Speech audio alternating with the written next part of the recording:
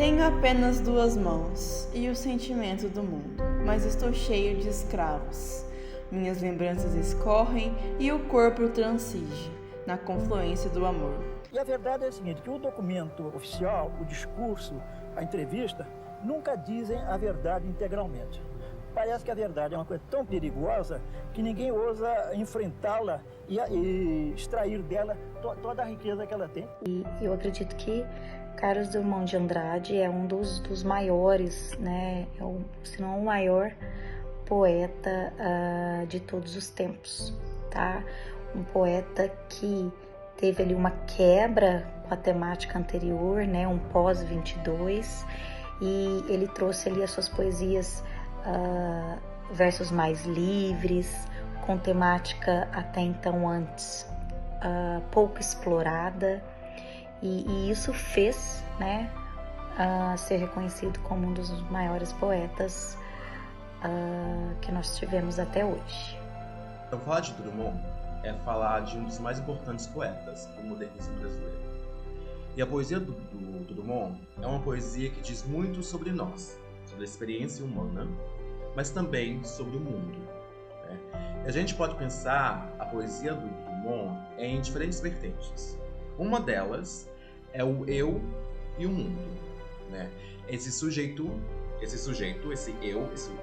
lírico, que está perante o mundo, que está tentando compreender as dores e as contradições dessa existência moderna. Na rua passa um operário. Como vai, filho?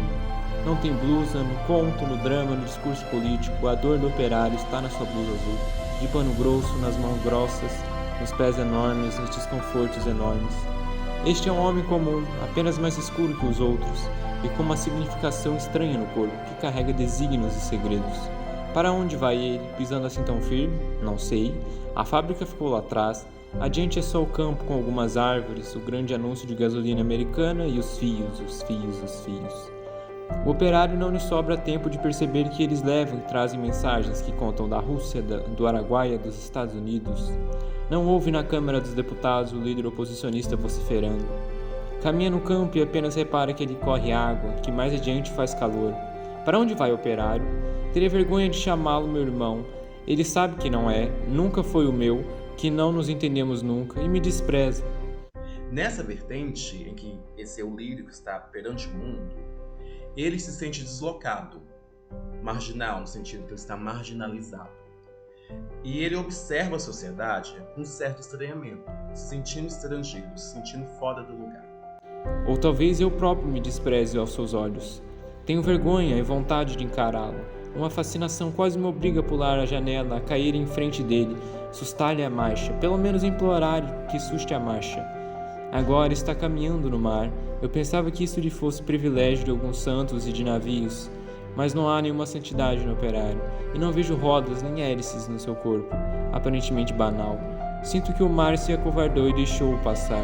Onde estão nossos exércitos que não impediram o milagre? Mas agora vejo que o operário está cansado e que se molhou. Não muito, mas se molhou, e peixes escorrem de suas mãos. Vejo que se volta e me dirige um sorriso úmido. A palidez e a confusão do seu rosto são a própria tarde que se decompõe. Daqui a um minuto será noite e estaremos irremediavelmente separados pelas circunstâncias atmosféricas. Eu em terra firme, ele no meio do mar. Único e precário agente de ligação entre nós, seu sorriso cada vez mais frio atravessa as grandes massas líquidas. Choca-se de encontro às formações salinas, às fortalezas da costa, às medusas, atravessa tudo e vem beijar-me o rosto, trazer-me uma esperança de compreensão. Sim, quem sabe se um dia eu compreenderei. O Drummond inicial, né, Drummond dos anos 30, o primeiro livro de 30, né, é um poeta muito voltado para os seus próprios dramas, né? Que são os dramas dele, daquele sujeito que sai do interior de Minas Gerais, que sai de Itabira. Então, ele está voltado para a sua família, para o seu drama pessoal e para dramas pessoais que dizem respeito a mim, a você, a qualquer um, né? Ao mesmo tempo, o que vai se desenvolvendo na poesia dele é uma insatisfação com isso. Ele começa a imaginar que a poesia deve ter uma função maior e mais alta que simplesmente escarafunchar o drama do sujeito. É preciso tocar em algo maior do que isso. Já outra vertente é o eu e o eu, no qual Drummond ele vai mergulhar no interior do sujeito, né? Ele é um poeta que vai se fragmentar, um eu lírico que vai se questionar e que às vezes não vai nem acreditar na própria poesia. É uma angústia de ser, mas também de escrever.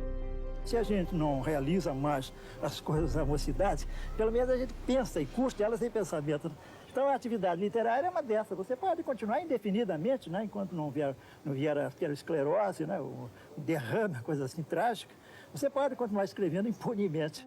Bom, Carlos Drummond impactou porque ele inovou, né? Inovou a linguagem, começou a trabalhar com uma linguagem simples, uma linguagem do cotidiano, uma linguagem que retrata o cotidiano. Além disso, ele começou a construir um eu lírico que retrata muito a realidade e não o eu lírico perfeito, né? Então ele veio construir algo que foge de padrões conservadores que eram construídos por outros autores e obras que antecedem essa fase, né, que antecedem Carlos Drummond. Este poema Pedra no Caminho, que ficou um tanto conhecido, realmente ele despertou um certo movimento, não digo de indignação, mas de irritação, porque ele era tão simples, era tão barato, por assim dizer, as palavras eram tão poucas, que as pessoas diziam, puxa, mas como é que isso pode ser um poema? Um poema tem que ser complicado, um poema tem que ter adjetivos brilhantes, tem que ter frases inteligentes, tem que ser notas eruditas.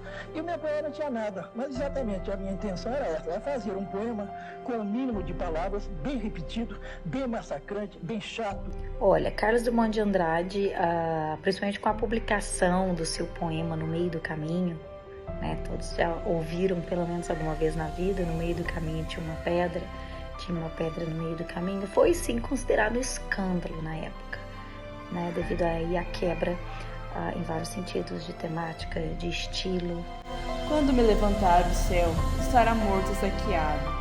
Eu mesmo estarei morto, morto meu desejo, morto o pântano sem acordes. Então a gente pode perceber que a infância dele, né, no interior de Minas, em Itabira, isso tem influência significativa aí em algumas de suas obras. Nós também podemos perceber que quando ele muda para a cidade grande, né, que ele vai em busca de melhores oportunidades, a gente também percebe a influência dessa mudança para a cidade grande em algumas de suas obras. E também, né, muito forte aí, em determinada fase de Drummond, a gente consegue perceber a influência da Segunda Guerra dentro dessas suas obras. Os camaradas não disseram que havia uma guerra e era necessário trazer fogo e alimento. Sinto-me disperso, anterior a fronteiras. Humildemente vos peço que me perdoeis. Bom, o passado de Carlos Drummond, a terra natal, a família, o cotidiano, os eventos históricos, nós temos isso tudo engajado, né? Tudo isso é encontrado na obra do Carlos Drummond de Andrade, abordando temas como uma temática social, uma crise existencial, a busca pelo significado da vida. Quando os corpos passarem, eu ficarei sozinho, desfiando a recordação do cineiro, da viúva e do microscopista, que habitavam a barraca e não foram encontrados ao amanhecer. Esse amanhecer, mais noite que a noite. Uma obra que eu gosto muito, eu sou fã da obra Confidência do Itabirano. É uma obra memorialista, é uma obra autobiográfica, em que Carlos Drummond fala da sua infância, né? Fala de memórias e ao mesmo tempo ele fala do presente, então há esse contraste aí entre passado e presente. O traço peculiar de Itabira era o silêncio assim, tranquilo, suave. Havia uma avenida no alto da cidade onde a gente olhava o vale lá embaixo, onde a cidade se desdobrava. Aquilo dava em você uma grande tranquilidade, uma grande paz. Agora, por outro lado, também aquilo era monótono. Então um dia eu olhei para aquilo e disse, eita, vida besta, meu Deus. Com certeza, né? Tudo que o poeta, que o autor, que o artista vivencia, seja suas experiências pessoais, suas crenças, seus valores, o contexto histórico, social, tudo isso influencia diretamente na construção de suas obras, de seus personagens, né? das linguagens e tudo mais. É o eu e a subjetividade. E é aqui que o Drummond mais brinca, porque ele vai transformar as experiências íntimas, as experiências particulares, em universais. E por isso, dessa forma, ele vai tocar a sensibilidade humana, a sensibilidade do leitor, com um lirismo, uma certa ironia e uma delicadeza que emociona. A poesia me ensinou um pouco a viver, né? Porque eu acho que através da poesia nós adquirimos um sentido mais generoso do mundo e ao mesmo tempo nós sentimos a magia do mundo, a magia do universo. Bom, a minha obra favorita é José, né? O poema José. E agora José, que a luz apagou, o povo sumiu. Eu gosto desse poema porque, no meu ponto de vista, na minha interpretação, na minha análise, ele representa vários outros Josés brasileiros que saem do interior em busca de uma vida melhor nas metrópoles. Só que a gente sabe que essa vida melhor ela vem carregada de sentimentos de solidão, né? As pessoas em grandes cidades, elas acabam vivendo de uma forma muito solitária e muitas das vezes acabam perdendo as esperanças, porque muitas pessoas saem da cidade pequena em busca de dias melhores, né? De novas oportunidades, mas essas esperanças acabam sendo apagadas, né? Com tudo que a gente vivencia nessas grandes cidades, que é uma realidade completamente diferente do interior.